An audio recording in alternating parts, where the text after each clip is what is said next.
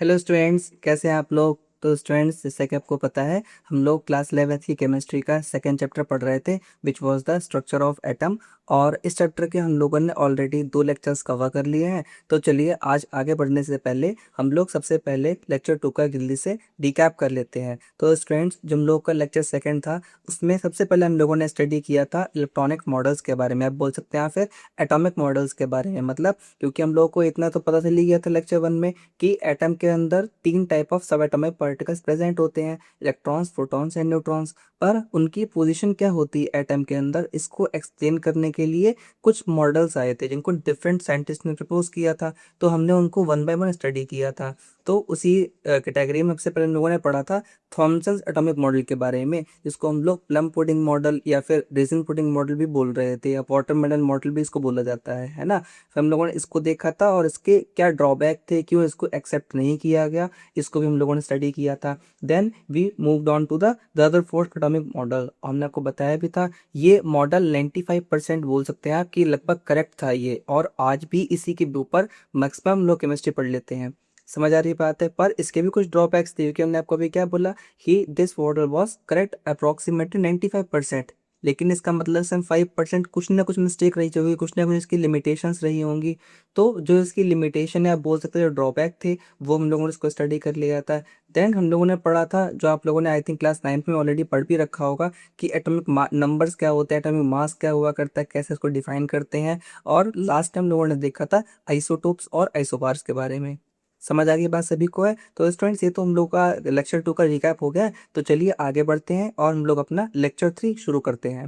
So students, आज जो हम लोग टॉपिक स्टार्ट करने वाले हैं, या फिर आप बोल सकते हैं कि आगे जितने हम लोग के लेक्चर्स आएंगे ना, वो शायद आपने पहले नहीं पढ़ रखे होंगे, क्योंकि अभी तक आप देख पा रहे होंगे कि लगभग अभी तक जितना ये चैप्टर हम लोगों ने जितना पढ़ लिया है, उसमें आपने काफ़ी सारी चीज़ें, या फिर बोल सकते हैं लगभग सारी चीज़ें आपने क्लास 9th में पढ़ रखी थी। लेकिन जो रेस्ट ऑफ द चैप्टर जो है, वो आपके लिए नया होने वाला है, या शायद आपने कभी पहले नहीं सुना हुआ उन चीज़ों के बारे में। तो यहाँ से आप लोग बहुत ध्यान करके सारी चीज़ों को समझेंगे और सुनेंगे, ठीक है। तो आज हम लोग पढ़ने वाले हैं इलेक्ट्रोमैग्नेटिक रेडिएशंस के बारे में। सुनने में बहुत बड़ा वर्ड लग रहा है, पर इसको समझना उतना ही आसान है। यहाँ पर आपके सामने एक सिमुलेशन चल रहा होगा, आप बोल सकते हैं वीडियो चल रहा होगा। तो उसको एक्सप्लेन करने से पहले सबसे पहले आपको ये जो यहाँ पे वर्ड लिखा हुआ है इलेक्ट्रोमैग्नेटिक रेडिएशंस, पहले हम इसको आपको एक्सप्लेन कर देते हैं। जैसे आप यहाँ पे देख पा रहे होंगे, ये वर्ड मिला हुआ है 2 वर्ड से मिल करके, इलेक्ट्रो और मैग्नेट। अब इलेक्ट्रो मतलब मीन्स क्या, बेसिकली इलेक्ट्रिसिटी, और मैग्नेटिक फील्ड तो आपके बारे में जानते ही हैं। तो होता क्या है, एक साइंटिस्ट थे जेम्स मैक्सवेल, आप चाहे तो उनका नाम गूगल कर सकते हैं। तो जेम्स मैक्सवेल ने कुछ एक्सपेरिमेंट्स परफॉर्म किए, और उन्होंने क्या ऑब्जर्व करा कि जब भी कोई चार्ज पार्टिकल, या फिर आप बोल सकते हैं कोई भी चार्ज बॉडी जब मूव करती है, तो वो इलेक्ट्रिक फील्ड को जनरेट करती है। आपने 10th में, क्लास 10th में पढ़ा भी होगा कि जैसे फॉर एग्जांपल मान लीजिए मेरे पास इलेक्ट्रॉन्स हुआ करते हैं, जब वो फ्लो होते हैं तो हम लोग क्या बोलते हैं, इलेक्ट्रॉन्स के फ्लो को क्या बोला जाता है, करंट बोलते हैं हम लोग है। समझ आ रही बात है। मतलब क्या हो रहा है, अगर इलेक्ट्रॉन पे कोई नेगेटिव चार्ज हुआ करता है, तो इलेक्ट्रॉन जब फ्लो करेगा तो वो एक इलेक्ट्रिक फील्ड को डेवलप करेगा।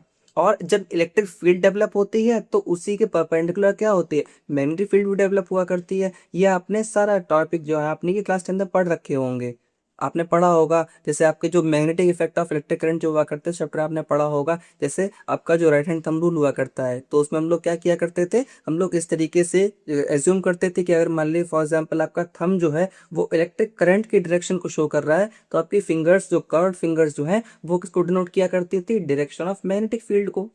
अब यहाँ पर देखिए क्या हो रहा है, मैग्नेटिक फील्ड क्यों जनरेट हो रही है, क्योंकि इलेक्ट्रिक करंट है।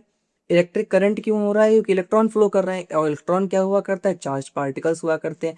कहने का मतलब यहाँ पर क्या है कि जब भी कोई भी इलेक्ट्रॉन पार्टिकल, आप बोल सकते हैं, फिर कोई भी चार्ज पार्टिकल, चाहे वो पॉजिटिवली चार्ज हो, नेगेटिवली चार्ज हो, आप आगे जाके पढ़ेंगे बहुत सारे चार्ज पार्टिकल्स होते हैं, अल्फा पार्टिकल्स भी हुआ करते हैं, प्रोटॉन्स भी हुआ करते हैं, न्यूट्रॉन्स भी, इलेक्ट्रॉन्स भी हुआ करते हैं, है ना। तो कभी भी कोई अगर मान लीजिए चार्ज पार्टिकल को मूव करेगा, तो वो इलेक्ट्रिक फील्ड को जनरेट करेगा, और इलेक्ट्रिक फील्ड की वजह से क्या हुआ करता है, मैग्नेटिक फील्ड जनरेट होती है। और ये तीनों कंपोनेंट आप बोल सकते हैं, फिर आप बेसिकली आप बोल सकते हैं कि इलेक्ट्रिक फील्ड और मैग्नेटिक फील्ड आपस में मिल करके वेव्स को जनरेट करते हैं, या फिर आप बोल सकते हैं कुछ रेडिएशंस को जनरेट करते हैं। इन्हें क्या बोला करते हैं, इलेक्ट्रोमैग्नेटिक रेडिएशंस। समझ आ गई बात है। अगर आप इस सिमुलेशन से थोड़ा समझ में नहीं आ रहा है आपको, है तो आप चाहें तो उसको यूट्यूब पे एक बार सर्च कर सकते हैं, आपको एक वीडियो मिल जाएंगी उसमें काफ़ी सारी, आप उससे देख के समझ सकते हैं कि किस प्रकार से हुआ करता है। समझ आ रही बात है। फिलहाल के लिए आप यहाँ पर देख पा रहे होंगे, यहाँ पर लिखा हुआ है इलेक्ट्रोमैग्नेटिक वेव की डायरेक्शन, मतलब कैसे होगी। फॉर एग्जांपल आप इमेजिन कीजिए कि ये मान लीजिए मेरे पास पार्टिकल है और वो ऐसे ट्रैवल कर रहा है, कोई चार्ज पार्टिकल है तो वो ऐसे ट्रैवल कर रहा है, तो क्या होगा, इसकी जो इलेक्ट्रिक फील्ड जनरेट होगी ना स्टूडेंट्स, वो इसके परपेंडिकुलर होगी, मतलब जो इसका पाथ होगा उसके परपेंडिकुलर इलेक्ट्रिक फील्ड जनरेट हो जाएगी। और जो मैग्नेटिक फील्ड जनरेट होगी वो इलेक्ट्रिक फील्ड और इस रास्ते की जिस पे पार्टिकल ट्रैवल कर रहा है इन दोनों के परपेंडिकुलर होगी। आप इसको अपने किसी भी थंब से या किसी भी हैंड से एक्सप्लेन कर सकते हैं। आपने पढ़ा होगा ना left hand thumb rule, Fleming square, right hand thumb rule. आप ऐसे इमेजिन कीजिए, लेट से ये मेरी जो फिंगर जो है, सेकंड फिंगर जो है, लेट से इसके अलोंग मेरा चार्ज पार्टिकल ट्रैवल कर रहा है, तो इलेक्ट्रिक फील्ड जो जनरेट होगी लेट से वो इस मेरी फर्स्ट फिंगर के अलोंग हो रही है, ठीक है, पार्टिकल ऐसे ट्रैवल कर रहा है और जो इलेक्ट्रिक फील्ड ऐसे जनरेट हो रही है। तो मैग्नेटिक फील्ड जो होगी वो इस प्रकार से जनरेट होगी, ऐसे ऐसे करके आपके टुवर्ड्स के लिए, कि वो इलेक्ट्रिक फील्ड जो है उसके परपेंडिकुलर भी होगी और जो डायरेक्शन ऑफ पार्टिकल, जो डायरेक्शन ऑफ वेव जो है उसके परपेंडिकुलर भी होगी। सभी को बात समझ आ गई है। तो बेसिकली हम इसे कैसे डिफाइन कर सकते हैं कि electromagnetic radiations are some kind of waves which are generated by simultaneous movement of electric and magnetic field। समझ आ गई बात है कि इलेक्ट्रोमैग्नेटिक वेव्स या फिर इलेक्ट्रोमैग्नेटिक रेडिएशंस क्या होते हैं, कैसे जनरेट होते हैं, जब इलेक्ट्रिक और मैग्नेटिक फील्ड साइमल्टेनियसली एक साथ मूव करते हैं and perpendicular to each other. समझ आ गई बात सभी को है। तो चलिए अब आगे बढ़ते हैं और हम लोगों के पास इनकी कुछ प्रॉपर्टीज हुआ करती हैं, उनको हम स्टडी कर लेते हैं। देखिए यहाँ पर क्या लिखा हुआ है, सबसे पहली बात यहाँ पर जो आपको भी एक्सप्लेन भी किया है वो क्या लिखी हुई है, the oscillating electric and magnetic fields are perpendicular to each other and both are perpendicular direction of propagation of wave. Propagation मतलब क्या होता है, ट्रैवल, मतलब जिस डायरेक्शन में वेव ट्रैवल कर रही होगी उसी के परपेंडिकुलर इलेक्ट्रिक फील्ड और मैग्नेटिक फील्ड होंगी और वो आपस में परपेंडिकुलर हुआ करेंगी। समझ आ गई बात सभी को है। आगे यहाँ पर क्या लिखा हुआ है कि इलेक्ट्रोमैग्नेटिक रेडिएशंस जो हुआ करती हैं उन्हें ट्रैवल करने के लिए कोई भी मीडियम की रिक्वायरमेंट नहीं होती है, वो वैक्यूम में भी ट्रैवल कर सकते हैं। लेकिन अगर आपने सुना भी होगा कि साउंड जो होता है वैक्यूम में ट्रैवल नहीं करता। फॉर एग्जांपल अगर मान लीजिए आप किसी कांच के आर पार अगर आप बोलने की कोशिश करें, अगर मान लिया रूम में बैठे हैं, कांच वहां पर लगा हुआ है, तो आपकी आवाज बाहर नहीं जाती है। ये कांच क्या हुआ करता है, कांच के थ्रू वो ट्रैवल नहीं कर पाएगी साउंड वेव्स, लेकिन लाइट ट्रैवल कर सकती है। इसका मतलब क्या है, इलेक्ट्रोमैग्नेटिक रेडिएशंस को ट्रैवल करने के लिए किसी भी प्रकार के मीडियम की रिक्वायरमेंट नहीं होती है। थर्ड पॉइंट यहाँ पर क्या है, इलेक्ट्रोमैग्नेटिक स्पेक्ट्रम। ये वाला पॉइंट जो है स्टूडेंट्स, ये बेसिकली एक टॉपिक है, इसको हम लोग नेक्स्ट पेज पे बहुत डिटेल से स्टडी करने वाले हैं। लेकिन अभी आप इस तरह समझ लीजिए इलेक्ट्रोमैग्नेटिक स्पेक्ट्रम का क्या मतलब हुआ करता है। आप यहाँ पर देख पा रहे होंगे, ये तो आपने ऑफ कोर्स देख ही रखा होगा, it is the famous rainbow या फिर बोल सकते विजिबल स्पेक्ट्रम जो हुआ करता है। स्पेक्ट्रम का मतलब बेसिकली कुछ नहीं, देखिए आपके अगर आपने वेव्स के बारे में पढ़ रखा होगा तो आपको पता होगा छोटे क्लास में कि वेव की एक वेवलेंथ होती है, एक फ्रीक्वेंसी हुआ करती है।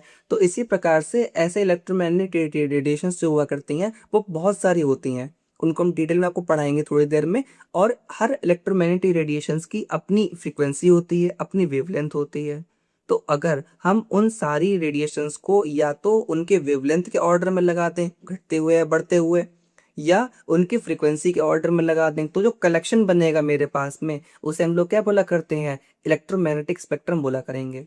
समझ आ गई बात सभी को है। तो आपको हम समझाने वाले हैं। चलिए हम आगे बढ़ते हैं। फोर्थ पॉइंट जो स्टूडेंट्स वो भी से रिलेटेड आप पर देख पा रहे होंगे कि यहाँ पर आप देखिए कितनी सारी इलेक्ट्रोमैग्नेटिक रेडिएशंस हुआ करती हैं, radio waves, microwaves, IR, visible light, ultraviolet, X rays, gamma rays, इतनी सारी प्रकार की इलेक्ट्रोमैग्नेटिक रेडिएशंस नेचर में एग्जिस्ट करती हैं। और इन सबको जब कलेक्शन में लगा दिया जाता है, या तो इनके फ्रीक्वेंसी के ऑर्डर में या इनके वेवलेंथ के ऑर्डर में, तो जो मेरे पास कलेक्शन बनता है, जो सीरीज बनती है, उसी को हम लोग इलेक्ट्रोमैग्नेटिक स्पेक्ट्रम के नाम से जानते हैं।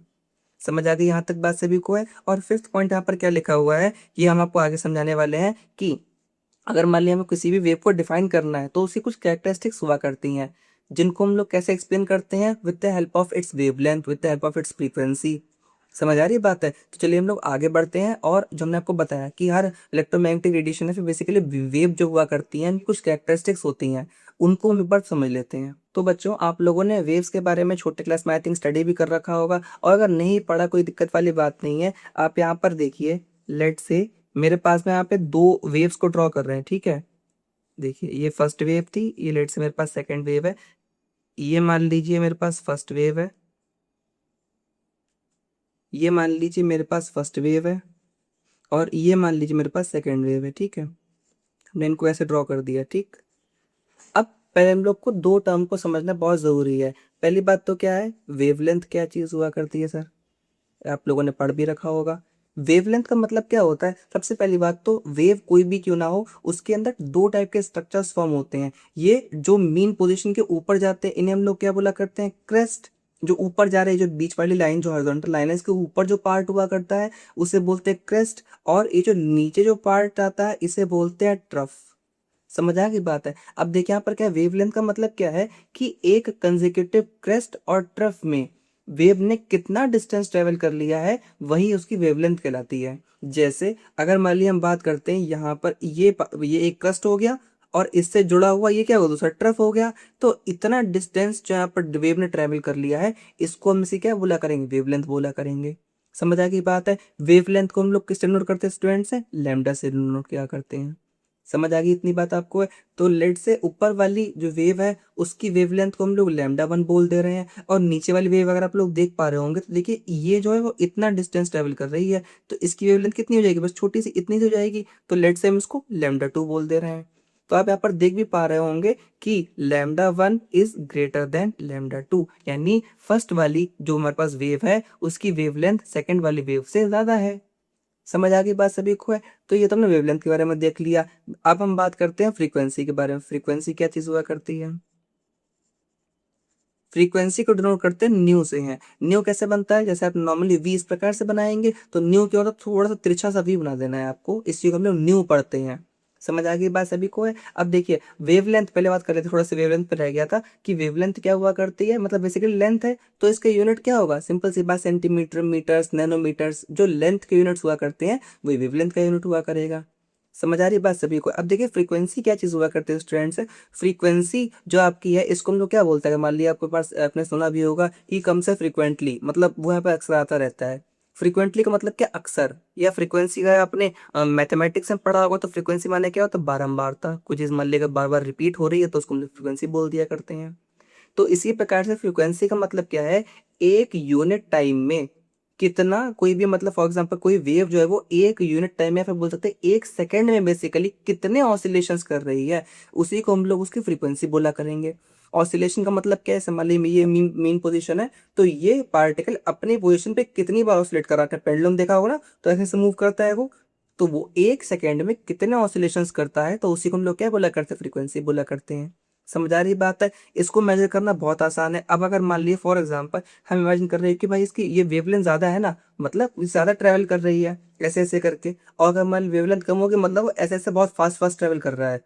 तो कहने का मतलब आप देख भी पा रहे होंगे, अगर मान लीजिए एक सेकंड, लेट से हमने कुछ डिस्टेंस फिक्स कर दिया, लेट से हमने बोल दिया कि मान लीजिए मेरे पास इतना डिस्टेंस है, अब बताइए इतने डिस्टेंस में ज्यादा ऑसिलेशन किस वाली वेव के आ रहे हैं। अगर आप देख पाएंगे तो जो पहली वाली वेव उसके कितने ऑसिलेशन आएंगे, देखिए पहला ऑसिलेशन और दूसरा ऑसिलेशन लगभग, यानी इसके लगभग टू ऑसिलेशंस आ पा रहे हैं। समझ आ गई बात है। वहीं अगर नीचे वाली आप देखेंगे, देखिए one two three four five, लगभग फाइव या सिक्स भी बोल सकते हैं बेसिकली, कहने का मतलब लगभग अप्रोक्सीमेटली इसके फाइव ऑसिलेशंस आ रहे हैं, मतलब इसके ज्यादा ऑसिलेशंस हो रहे हैं एक सेकंड में या फिर दिए हुए टाइम में है। तो कहने का मतलब जो फ्रीक्वेंसी जो है, जो मेरे पास फ्रीक्वेंसी है वो सेकंड वाले की ज्यादा हो जाएगी, यानी nu two will be greater than nu one. समझ आ गई बात है। फ्रीक्वेंसी का यूनिट क्या हुआ करता है, क्योंकि हम लोग पर सेकंड की बात कर रहे हैं, तो या तो इसका यूनिट सेकंड इनवर्स बोल सकते हैं या हर्ट्ज। हर्ट्ज आप लोगों ने सुना भी होगा। अच्छा फ्रीक्वेंसी से होता क्या है, फ्रीक्वेंसी हम लोग क्या समझ सकते हैं, फ्रीक्वेंसी जो है आप बेसिकली आप इतना मान लीजिए, फ्रीक्वेंसी किसी भी वॉइस की टोन बताती है हमको। फॉर एग्जाम्पल अगर मान लीजिए मेरे पास, हम बात करते हैं जो मेल वॉइस जो हुआ करती है उसकी फ्रीक्वेंसी लो होती है, तो हम लोगों को कम तीखी सुनाई देगी। या फिर आपने सुना भी होगा कि फ्रीक्वेंसी से हम लोग किसी भी साउंड की पिच बताते हैं, पिच का मतलब श्रिलनेस, वो कितनी शार्प है, कितनी तीखी आवाज है। फीमेल वॉइस जो हुआ करती है वो थोड़ी सी शार्प होती है, तो आपको तीखी लगती है सुनने में, है फेमिनिन वॉइस इसको आप बोलते हैं, उसकी फ्रीक्वेंसी ज्यादा होती है। लेकिन जो मेल वॉइस होती है उसकी फ्रीक्वेंसी कम होती है। समझ आ गई बात है। सेकंड चीज क्या है, फ्रीक्वेंसी से आप टोन पता करते हैं, कि अगर मान लीजिए आपको दो लोगों की वॉइस को डिफरेंशिएट करना है ना, तो आप उनकी फ्रीक्वेंसी के बेस पर डिफरेंशिएट कर सकते हैं। समझ आ गई बात है। अब मान लीजिए दो लेडीज हैं, तो दोनों की वॉइस तो भाई शार्प होगी, फेमिनिन वॉइस होगी, उनकी फ्रीक्वेंसी दोनों की ज्यादा है। पर अगर दोनों डिफरेंट लेडीज है तो आप उनकी वॉइस को कैसे पहचान पाएंगे, उनकी पिच के बेस पर। समझ आ गई बात सभी को है। तो ये चीज हुआ करती है, मतलब फ्रीक्वेंसी आपको श्रिलनेस या फिर पिच बताती है वॉइस की। सेकंड चीज हम लोगों ने देख लिया पर फ्रीक्वेंसी है। Third is the amplitude. Amplitude का मतलब क्या हुआ करता है कि वेव जो है वो अपनी मेन पोजीशन से कितना ज्यादा ऑसिलेट कर रही है, उसके पार्टिकल अपनी मेन पोजीशन से कितना ज्यादा ऑसिलेट कर रहे हैं, वो उसकी एम्पलीट्यूड कहलाएगा। जैसे अगर मान लीजिए मेरे पास एक वेव है ये, ठीक है, और दूसरी बार मैं ड्रॉ कर दी मान लीजिए ऐसे, इस तरीके से। तो अगर आप लोग ध्यान से देख पाएंगे दोनों वेव्स जो है उनकी फ्रीक्वेंसी सेम, उनका उनके जो वेवलेंथ वो भी सेम है। और अगर हमने बताया भी अगर फ्रीक्वेंसी सेम है मतलब ये दोनों जो हमने वेव्स बताई हैं ये एक ही इंसान की हैं, एक ही चीज की वॉइस की वेव्स आप बोल सकते हैं।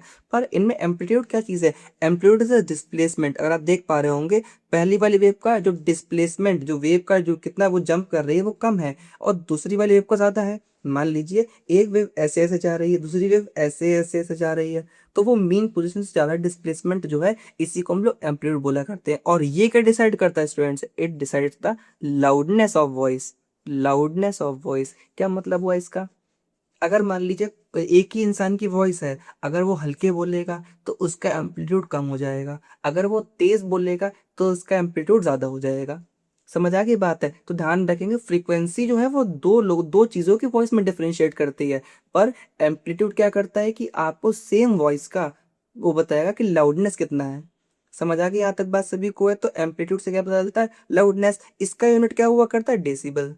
समझ आ गई बात सभी को है? अच्छा, अब जो फोर्थ चीज मेरे पास बच रही है ये आपने नहीं सुनी होगी, I think it is called wave number. Wave number, इसे डिनोट किया था स्टूडेंट्स न्यू बार से। न्यू बार का मतलब क्या है पर है? वेव नंबर का मतलब क्या है? जैसे नंबर से यहाँ पे क्या पता चल रहा है कि एक यूनिट टाइम पे कितनी वेव कंप्लीट हो रही हैं, ये मतलब हुआ करता है इसका। समझ आ रही बात है? या आप अगर बुक में देखेंगे या फिर इसका रिलेशन के बारे में अगर बात करेंगे तो यहाँ से क्या पता चलेगा आपको कि वेव नंबर का फॉर्मूला हुआ करता है wave number is basically inverse of wavelength. ऐसे भी आप ध्यान रख सकते हैं। या तो वेव नंबर बोल सकते हैं कि एक यूनिट टाइम में कितने नंबर ऑफ वेव्स आ रहे हैं, या आप बोल सकते हैं wave number is nothing but basically the inverse of wavelength of a wave. अगर आप किसी वेवलेंथ की दी हुई वेवलेंथ जो उसकी वेवलेंथ हुआ करते हैं, अगर आप उसका इन्वर्स कर देंगे तो वो क्या कहलाएगी? उसकी वेव नंबर कहलाएगा उसका। समझ आ गई बात सभी को? अच्छा, यहाँ पे दूसरी चीज क्या रह रही थी, जैसे हमने ऊपर दो वेव्स को कंपेयर किया तो देखिए पहले वाले की वेवलेंथ ज्यादा थी लेकिन पहले वाले की फ्रीक्वेंसी दूसरे वाले से कम हो रही थी। यानी यहाँ पे क्या बोल सकते हैं कि आपकी जो वेवलेंथ हुआ करती है वो इनवर्सली प्रोपोर्शनल होती है फ्रीक्वेंसी के। It is one of the most important relation you will use in the upcoming questions. मतलब क्या है? वेवलेंथ और फ्रीक्वेंसी में इनवर्स रिलेशन होता है, जिसकी वेवलेंथ ज्यादा होगी उसकी फ्रीक्वेंसी कम हुआ करेगी। अब देखिए अगर यहाँ से मान लीजिए प्रोपोर्शनलिटी हटेगा तो कांस्टेंट आएगा, तो यहाँ पर क्या हो जाएगा? Lambda is equal to C by nu, या आप इसे कैसे लिख सकते हैं? Nu is equal to C by lambda. ये बहुत इंपॉर्टेंट रिलेशन स्टूडेंट्स है और इसको हम लोग आगे यूज भी करने वाले हैं। यहाँ पर सी क्या है? C is the speed of light, मतलब कि लाइट जो हम लोग नॉर्मली जो लाइट हुआ करती है उसकी स्पीड क्या है, इसकी वैल्यू आप लोग को ध्यान रखनी पड़ेगी, विच इज 3 × 10⁻⁴ मीटर पर सेकेंड। और आप इमेजिन कीजिए लाइट की स्पीड कितनी ज्यादा है। अगर मान लीजिए लेट से हम इसको किलोमीटर में कन्वर्ट करेंगे तो it will be approximately 3 lakh kilometre पर सेकेंड। यानी लाइट की स्पीड कितनी है कि एक सेकेंड में वो 3 लाख किलोमीटर ट्रेवल कर लेती है। और आप जाके गूगल कीजिएगा कि अर्थ का जो रेडियस है, फिर आप बोल सकते हैं पूरा जो पेरीमीटर आप अगर आप देखेंगे तो वो 3 लाख से बहुत बहुत छोटा है। यानी लाइट जो है वो एक सेकेंड से भी कम टाइम में पूरे अर्थ के राउंड लगा सकती है, पूरे अर्थ का चक्कर लगा सकती है। समझ आ गई बात सभी को? तो स्पीड ऑफ लाइट जो हुआ करती है वो बहुत ज्यादा बड़ी क्वांटिटी हुआ करती है। तो आई होप आपको समझ में आ चुका होगा कि वेव्स जो हुआ करती हैं उनकी क्या क्या कैरेक्टरिस्टिक्स होती हैं, कैसे उनको पहचान सकते हैं। तो आपको चीज पता होनी चाहिए वेव्स के बारे में, क्योंकि वेवलेंथ क्या है, किसकी फ्रीक्वेंसी ज्यादा है, और बेसिकली आपको ये फॉर्मूले जो है, ये दो फॉर्मूले आपको बहुत ढंग से पता होने चाहिए। पहली बात तो कि फ्रीक्वेंसी जो हुआ करती है और वेवलेंथ में इनवर्स रिलेशन होता है, nu is equal to C by lambda, इसे भी याद कर सकते हैं। सेकेंड थिंग, जब वेव नंबर जो हुआ करता है, wave number is the inverse of wavelength of a wave, nu bar is equal to 1/λ। समझ आ गई बात सभी को? चलिए हम लोग आगे पढ़ते हैं, अपना नेक्स्ट टॉपिक देख लेते हैं। सो स्टूडेंट्स, जो हम लोगों ने आज टॉपिक स्टार्ट किया था इलेक्ट्रोमैग्नेटिक रेडिएशंस, उसमें हमने आपको बताया भी था ना इलेक्ट्रोमैग्नेटिक स्पेक्ट्रम, हमने बोला भी था कि हम इसको बाद में स्टडी करने वाले हैं, तो वो टाइम आ चुका है और हम लोग देख लेते हैं कि इलेक्ट्रोमैग्नेटिक स्पेक्ट्रम क्या हुआ करता है। तो देखिए, हमने आपको पहले बताया था, ऐसे भी हमने देखा कि इलेक्ट्रोमैग्नेटिक रेडिएशंस कई टाइप की हुआ करती हैं, और अगर हम उनको उनकी वेवलेंथ के ऑर्डर में या फ्रीक्वेंसी के ऑर्डर में लगा देते हैं, तो जो कलेक्शन मेरे पास बन के आएगा उसे हम लोग क्या बोला करेंगे, इलेक्ट्रोमैग्नेटिक स्पेक्ट्रम। सभी को बात समझ में आ चुकी है, तो चलिए हम लोग आगे बढ़ते हैं और इलेक्ट्रोमैग्नेटिक स्पेक्ट्रम को देख लेते हैं एक बार है। तो स्टूडेंट्स, जैसे कि आप लोग यहाँ पे देख पा रहे होंगे, देखिए यहाँ पर जो हमने यहाँ पर वो यहाँ पर जो सीक्वेंस लगा हुआ है, ये आप क्या आप देख पा रहे हैं किसके ऑर्डर में है। तो देखिए, अगर आपको यहाँ पर ये वाला पार्ट दिख रहा होगा, आई थिंक ये, अगर इतना पार्ट यहाँ पे देख पा रहे होंगे, यहाँ पे सिमुलेशन बना हुआ है, डायग्राम बना हुआ है, इसमें देखिए स्टार्टिंग में जो यहाँ पर ये वाला पोर्शन जो यहाँ पे स्टार्ट हो रहा है, इसमें देखिए पर्पल पर्पल जो वेव है वो कितनी फास्ट फास्ट ट्रेवल कर रही है, मतलब इसकी फ्रीक्वेंसी बहुत ज़्यादा है, और फ्रीक्वेंसी है तो वेवलेंथ क्या होगी, ऑटोमेटिकली इसकी कम हुआ करेगी। तो यानी यहाँ पर जो रेंज जो है, इनकी वेवलेंथ इस साइड पे क्या है, लोअर वेवलेंथ है। यानी यहाँ पे आप बोल सकते हैं कि अगर हम इस डायरेक्शन पे जा रहे हैं तो क्या हो रहा है, वेवलेंथ जो है वो इंक्रीज हो रही है।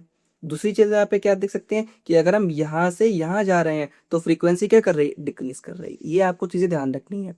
समझ आ गई बात है। तो चलिए हम लोग शुरू कर लेते हैं। और एक और चीज़ आपको ध्यान रखनी है, ये आगे आने वाला जो आपका जब टॉपिक्स वगैरह होंगे उसमें चीज़ यूज होने वाली है। फिलहाल अभी के लिए आप लोग को ध्यान रखना है ये relation E is equal to h new.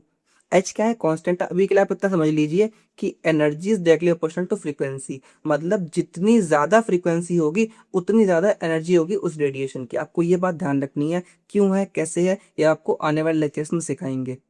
समझ आ गई बात सभी को। तो देखिए, अगर हम बात करते हैं सबसे ज्यादा फ्रीक्वेंसी स्टूडेंट्स किसकी हुआ करती है, गामा रेज की। तो आप ध्यान रखेंगे ये जो गामा रेज जो हुआ करती हैं, these are the most energetic electromagnetic radiations. समझ आ गई बात सभी को। और ये कहाँ प्रोड्यूस हुआ करती हैं, जो आपकी जितनी भी न्यूक्लियर रिएक्शंस हुआ करती हैं वहां पर ये ऑप्टेन होती हैं। और आपको पता होना चाहिए कि जो न्यूक्लियर रिएक्शंस होती हैं उन लोग के लिए कितनी हार्मफुल हुआ करती हैं। जितने भी न्यूक्लियर पावर प्लांट्स हुआ करते हैं वहां पर ह्यूमन की एंट्री जो हुआ करती है, बिना वो स्पेशलाइज्ड सूट के एंट्री नहीं देते वहां पर वो लोग हैं। इवन आपको ध्यान होगा, जो न्यूक्लियर एटॉमिक बॉम्ब जो हुआ करा था, वो जो पहले जापान के जो दो सिटीज थे, हिरोशिमा एंड नागासाकी, उन पे गिराया गया था, तो उसका इतना एडवर्स इफेक्ट था कि उसके कई साल तक, इवन आज तक वहां पर उसके इम्पैक्ट देखने को मिल जाते हैं। तो आप इतना समझ लीजिए कि इलेक्ट्रोमैग्नेटिक रेडिएशंस में गामा रेडिएशंस जो है वो मोस्ट एनर्जेटिक होती हैं। इतनी एनर्जेटिक होती हैं कि वो इवन बॉडी के भी आर पार हो जाएंगी। अगर मान लीजिए गामा रेडिएशंस किसी भी इंसान के थ्रू पास कर जाती हैं, तो इवन उसके जीन्स को चेंज कर देंगे, उसकी बॉडी के स्ट्रक्चर को चेंज कर देंगे, बॉडी को डिस्ट्रॉय कर देंगे कंप्लीटली। समझ आ गई बात। तो वो इतनी एनर्जेटिक है कि इंसान के आर पार हो जाती हैं। अब नेक्स्ट कैटेगरी कौन सी यहाँ पर है, एक्स रेज। अब देखिए, गामा रेज क्या हो रही थी, वो तो इंसान की बॉडी के पास तो हो रही थी, लेकिन जो आपकी एक्स रेज जो हुआ करती हैं, ये पूरी बॉडी को क्रॉस नहीं कर पाती हैं। ये आपकी बोन्स से टकरा करके वहीं रुक जाएंगी। इनके पास इतनी एनर्जी नहीं होती कि ये बोन्स या फिर किसी हार्ड मटेरियल को क्रॉस कर पाए। इसी वजह से अगर मान लीजिए एक्सरेज किसी इंसान के सामने से निकलती हैं, तो मान लीजिए मेरा ये हाथ है, तो जहाँ पर फ्लैश होगा, मतलब जहाँ पे मेरी मसल्स होंगी, उनसे तो पास कर जाएंगी, तो वहाँ पर ब्लैक एरिया दिखेगा आपको, डार्क एरिया दिखाई देगा। लेकिन जहाँ पे बोन्स होंगी, क्योंकि बोन्स को तो पेनिट्रेट नहीं कर पा रही है, तो वो तो बोन्स पे क्या हुआ करेगा, वाइट स्पॉट दिखा करेगा, वाइट एरिया दिखा करता है। समझ आ रही है बात सभी को। तो एक्सरे जो हुआ करती है उनका सिर्फ यही यूज नहीं होता, और भी काफी सारी चीज हुआ करती है, जैसे फॉर एग्जाम्पल काफी सारे डायग्नोसिस में, काफी सारे ट्रीटमेंट्स में, इवन इंडस्ट्रीज में। अब मान लीजिए फॉर एग्जाम्पल मेरे पास कोई सॉलिड ब्लॉक है, ठीक है। अब मान लीजिए सॉलिड ब्लॉक है, ऊपर से आपको दिख रहा है बिल्कुल परफेक्ट है, मान लीजिए मेटल का ब्लॉक है, मार्बल का ब्लॉक है, बिल्कुल परफेक्ट दिख रहा है, लेकिन क्या पता उसके अंदर कोई क्रैक हो, बाद में वो उसको खराब कर दे। तो क्या करते हैं, उसके अंदर से मान लीजिए एक्सरेज पास कर दी और चेक कर लिया कि क्या कोई अंदर क्रैक वगैरह तो नहीं है इसमें। तो इसका यहाँ पर भी यूज हुआ करता है। बाकी और जो यूजेस जो हुआ करते हैं, वो आप इसको वीडियो को पॉज करके या स्क्रीनशॉट लेके आराम से पढ़ सकते हैं, ठीक है। नेक्स्ट बात करते हैं जो कि है UV rays, ultra violet. Ultra violet rays क्या हुआ करते हैं, यूवी रेज हुआ करते हैं। क्या आपने सुना है यूवी रेज के बारे में? इस टाइम तो समझ चल रहा है, वैसे भी आपने सुना नहीं होगा कि काफी सारे लोग सनस्क्रीन बाय करते हैं, सनस्क्रीन लगा के जाते हैं, और सनस्क्रीन के ऊपर क्या लिखा होता है, प्रोटेक्शन फ्रॉम यूवी रेज। मतलब क्या है भैया, यूवी रेज अगर मान लिया बाहर जाएंगे तो यूवी रेज आपको कहाँ पे डैमेज करती हैं, स्किन के ऊपर। मतलब यूवी रेज एक्सरेज से भी कम एनर्जेटिक है। आप देखिए सीक्वेंस देखिए, आपके पास जो गामा रेज है इतनी एनर्जेटिक की बॉडी के आर पार हो गई, एक्स रेज उससे कम एनर्जेटिक, वो बोन्स को पार नहीं कर पा रहे हैं, यूवी रेज उससे भी कम एनर्जेटिक है, मतलब वो आपके सिर्फ स्किन तक आपको पहुंच पाएंगे, स्किन को डैमेज कर सकते हैं, अंदर तक वो नहीं पहुंच पाएंगे। तो यूवी रेस क्या करती है हम लोग के लिए, एक तरह पे हम लोगों ने देख लिया कि हार्मफुल है, कि वो स्किन को डैमेज कर रही है। दूसरी चीज क्या है, आपने देखा भी होगा जो कोविड के टाइम आया था, उसमें यूवी रेडिएशन जो हुआ करती हैं वो सैनिटाइज करने काम पे आती हैं, बैक्टीरिया को किल करने काम पे आती हैं। तो यूवी रेस जो हुआ करती है, अगर मान ली हम लोग के स्किन को डैमेज कर पा रही हैं, तो मतलब बेसिकली बैक्टीरिया को भी मार सकती हैं। तो यूवी रेस का यूज जो हुआ करता है वो सैनिटाइजेशन करने के लिए भी करा जाता है। समझ आ गई बात है। आगे देखिए, ये तो पता ही अब लोगों को है, विजिबल रीजन। और विजिबल रीजन क्या हुआ करता है, आप लोगों ने पढ़ भी रखा है already. What is visible region? The cure. अब अगर आप लोग देख पा रहे होंगे, ये क्या लिखा है, वायलेट, ये क्या लिखा है, रेड। अब देखिए, वायलेट से पहले कौन था, अल्ट्रा वायलेट, अल्ट्रा वायलेट फिर वायलेट। आजकल फोन भी आने लगे हैं, मतलब अल्ट्रा प्रो मैक्स इस टाइप करके, है ना। तो वायलेट से ज्यादा एनर्जी वाला कौन है, अल्ट्रा वायलेट। समझ आ गई बात सभी को। चलिए अब आगे देखिए, हम लोग को पता है विजिबल रेंज की, आप क्या बताएं इसमें क्या एप्लीकेशंस, भाई हम लोग पूरी दुनिया देख पा रहे हैं, सब कुछ ऑब्जर्व कर पा रहे हैं, किसकी वजह से, विजिबल रेंज की वजह से। अब आप लोग यहाँ पर देखिए कितनी सारी रेडिएशंस लिखी हुई हैं, लेकिन हम लोगों को ये छोटा सा अलॉटमेंट दिया गया, हम लोगों को नेचर ने हम लोग की आइज को इस प्रकार से डिजाइन किया कि हम लोग सिर्फ इतनी फ्रिक्वेंसी देख पाएंगे। और देखिए अगर आप ध्यान से देखेंगे, ये रेंज कितनी है, अगर आप उसको नैनोमीटर में कन्वर्ट करेंगे, ये रीजन बन जाता है लगभग है 450 to 700 नैनोमीटर। सिर्फ इतनी सी फ्रीक्वेंसी, मतलब मुश्किल से 300 नैनोमीटर की वेवलेंथ जो है, इतने में हम लोग पूरी दुनिया देख लेते हैं, दुनिया भर के कलर्स हम लोग को दिख जाते हैं। आप समझिए इतनी छोटी सी रेंज में। समझ आ रही बात है। तो कोई बात नहीं, फिलहाल ये आपकी जो आपकी विजिबल रेंज हुआ करती है, इससे हम लोग क्या कर पा रहे, सिंपल सी बात है, ह्यूमंस के लिए, एनिमल्स के लिए ये बहुत इंपॉर्टेंट हुआ करते हैं, क्योंकि हम लोग इससे बाकी सारी चीजों को देख पाते हैं। समझ आ रही बात है। और विजिबल लाइट से काफी सारी केमिकल रिएक्शंस भी हुआ करते हैं, जैसे आपने देखा होगा जो फोटोसिंथेसिस है वो सनलाइट की वजह से पॉसिबल हुआ करता है। समझ आ गई बात है। अब आगे देखिए, इंफ्रारेड, इनकी एनर्जी और कम हुआ करेगी। अब दोबारा से देखिए यहाँ पर हमने क्या बताया, वायलेट से ज्यादा स्ट्रॉन्ग अल्ट्रा वायलेट, और रेड के आगे कौन आएगा, इंफ्रारेड। क्या आपको पता है स्टूडेंट्स, इंफ्रारेड का यूज कहाँ पर हुआ करता है? इंफ्रारेड अगर आपको पता हो, जो हम लोग के जितने भी रिमोट कंट्रोल्स होते हैं, चाहे टीवी का रिमोट, चाहे वो एसी का रिमोट, उन सब में इंफ्रारेड रेडिएशंस का यूज करा जाता है। क्या हम लोग उनको देख पाते हैं? अगर मान ली हम टीवी ऑन करेंगे तो क्या आपको दिख जाएगा कि अच्छा यहाँ से वेव ट्रेवल कर रही है और मेरी टीवी को तक पहुंच रही है? मतलब हम लोग इंफ्रारेड को नहीं देख पाते हैं। समझ आ गई बात है। तो ये चीज है, अगर आपको पता हो कि शायद इस चीज के बारे में, कि अगर आप जो रिमोट है, अगर आप उसकी लाइट को फोन के कैमरा में देखेंगे, तो वहां पर आपको छोटी सी रेड कलर की लाइट ब्लिंक होती हुई दिखाई देगी, क्योंकि कैमरास जो होते हैं वो इंफ्रारेड लाइट को कुछ हद तक कैप्चर कर लेते हैं। दूसरी चीज क्या है, इंफ्रारेड जो हुआ करती है वो थर्मल सेंसिंग, आपने देखा वो थर्मल गन्स हुआ करते हैं, उसमें इनका यूज करा जाता है। ठीक है। आगे देखिए, माइक्रोवेव्स, इनकी एनर्जी और कम हुआ करती है, इंफ्रारेड से भी कम होती है। अब माइक्रोवेव भाई किसको नहीं पता है, माइक्रोवेव ओवंस हुआ करते हैं, बेसिकली इनका काम क्या होता है, ये बस खाने को गर्म कर सकते हैं। समझ आ रही बात हो। तो कुकिंग में इसका बहुत ज्यादा यूज किया करता है माइक्रोवेव्स में। दूसरी चीज क्या हुआ करती है, माइक्रोवेव जो होती है वो कभी कभार कम्युनिकेशन में भी काम आती हैं। समझ आ रही बात है। अब अगर बात मान ली कम्युनिकेशन की चली ही है, तो अब देखिए most important waves for the communication point of view are the radio waves. अब देखिए, क्योंकि इनकी वेवलेंथ सबसे ज्यादा है। वेवलेंथ अगर आप ये देख पा रहे होंगे, यहाँ पे कितनी लिखी हुई है, ग्रेटर देन 1 मीटर। मतलब इनकी वेवलेंथ जो है 1 मीटर से बहुत बहुत बहुत बड़ी हुआ करती है। समझ आ रही बात है। तो इनका हम लोग यूज किया क्या करते हैं, भाई इनकी एनर्जी कम है पर इनकी वेवलेंथ ज्यादा है, तो हम लोग क्या करते हैं, इनका यूज जो हुआ करता है, जितना भी कम्युनिकेशन है, अब इनका नाम ही रेडियो वेव से मतलब क्या है आपका, जितने भी रेडियो होते हैं, चाहे वो एफएम हो चाहे वो एएम, मतलब एफएम एम क्या हुआ करता है, फ्रिक्वेंसी मॉड्यूलेशन, एम्पलीट्यूड मॉड्यूलेशन, ये जितने आपके सैटेलाइट के पास सिग्नल्स पहुंचा करते हैं, वो सारे के सारे किसकी वजह से पहुंचते हैं, रेडियो वेव्स की तरफ पहुंचा करते हैं। समझ आ रही बात है? अब ऐसा क्यों पॉसिबल है, अब मान लीजिए अगर वेव की एनर्जी हमारे पास भले ही लो क्यों ना हो, लेकिन उसकी वेवलेंथ ज्यादा है, कहने का मतलब क्या है, हम लोग उस अगर मान लीजिए फॉर एग्जांपल मुंबई से कोई रेडियो टेलीकास्ट हो रहा है, ठीक है, उसका ब्रॉडकास्टिंग वहां से चल रही है, और हमको यहाँ पे उसे कैप्चर करना है, तो भाई इतने हजारों किलोमीटर का डिस्टेंस है, तो मैं क्या चाहिए, लंबी वेवलेंथ चाहिए ना, ताकि मेरा सिग्नल अच्छे से वहां तक पहुंच पाए। समझ आ रही बात सभी को है। तो इस वजह से हम लोग किसका यूज किया करते हैं, रेडियो यूज का यूज किया करते हैं। तो आई होप आपको समझ में आ चुका होगा कि हमने आपको कोशिश करी है कि हर टाइप ऑफ इलेक्ट्रोमैग्नेटिक रेडिएशंस को बहुत अच्छे से एक्सप्लेन करने की। समझ आ गई बात सभी को। तो स्टूडेंट्स ये इंपॉर्टेंस हुआ करता है इलेक्ट्रोमैग्नेटिक रेडिएशंस का। सेकेंडरी चीज क्या है, अब आप इमेजिन कीजिए अगर नेचर ने हम लोगों को कैपेबिलिटी दी होती, हम ये सारे प्रकार के रेडिएशंस देख लेते। ये 7 प्रकार के रेडिएशंस आप लोग देख पा रहे हैं, अगर हमारी आंखें इन सबको देखने कैपेबल होती, फिर हम लोग तो कुछ बिल्कुल इतना कंफ्यूज हो जाते, बिल्कुल पागल हो जाते हैं हम लोग, क्योंकि हम लोग को सभी कुछ दिख रहा होता। फोन से निकलने वाले नेटवर्क दिख रहे होते हैं हम लोगों को, रिमोट से निकलने वाले रेडिएशन दिख रहे होते हैं हमको, है ना। टीवी में जो सिग्नल्स आ रहे हैं वो दिख रहे होते हैं हम लोगों को। तो कहने का मतलब क्या है, हम लोगों को नेचर ने बहुत सोच समझ के एक लिमिटेड चीज रेंज दी है कि आप इतने में सब कुछ देख सकते हो। समझ आ रही बात है। दूसरी चीज क्या है, वैसे मैंने कम्युनिकेशन के बारे में आपको बताया, तो क्या आपको पता है जैसे कि पहले के टाइम जो हुआ करता था उसमें रॉन्ग नंबर्स बहुत लगा करते थे। ऐसा क्यों हुआ करता था, क्योंकि जो आपके फोन नंबर्स होते हैं ना, फोन नंबर बेसिकली क्या है, they correspond to particular frequency. हर नंबर पे फ्रिक्वेंसी अलॉट होती है। मान लिया हमने एक नंबर डायल किया, वो नंबर से वो फ्रिक्वेंसी कनेक्ट हो जाएगी और हमारे पास हो जाया करती थी। पहले क्या होता था, फ्रिक्वेंसी अगर मान ली कभी बार गलत जगह पे मैच हो गया जाकर नंबर, तो रॉन्ग नंबर लग जाया करता था। तो फिलहाल आई होप आपको समझ में आ चुका होगा हम क्या कहना चाह रहे हैं इसके बारे में। तो ये हो गया इलेक्ट्रोमैग्नेटिक स्पेक्ट्रम। तो स्टूडेंट्स आज के लेक्चर को हम लोग यहीं तक रखेंगे, तब तक आप इसको ढंग से रिवाइज कर लीजिएगा। मिलते हैं हम लोग नेक्स्ट लेक्चर में, और उसमें हम लोग स्टडी करने वाले हैं wave nature of light, particle nature of light, यहाँ से आपकी रियल केमिस्ट्री शुरू हुआ करेगी। समझ आ रही बात है। तब तक के लिए आप वीडियो को लाइक कीजिए, शेयर कीजिए, चैनल को सब्सक्राइब करना मत भूलिएगा। Thanks for watching my video.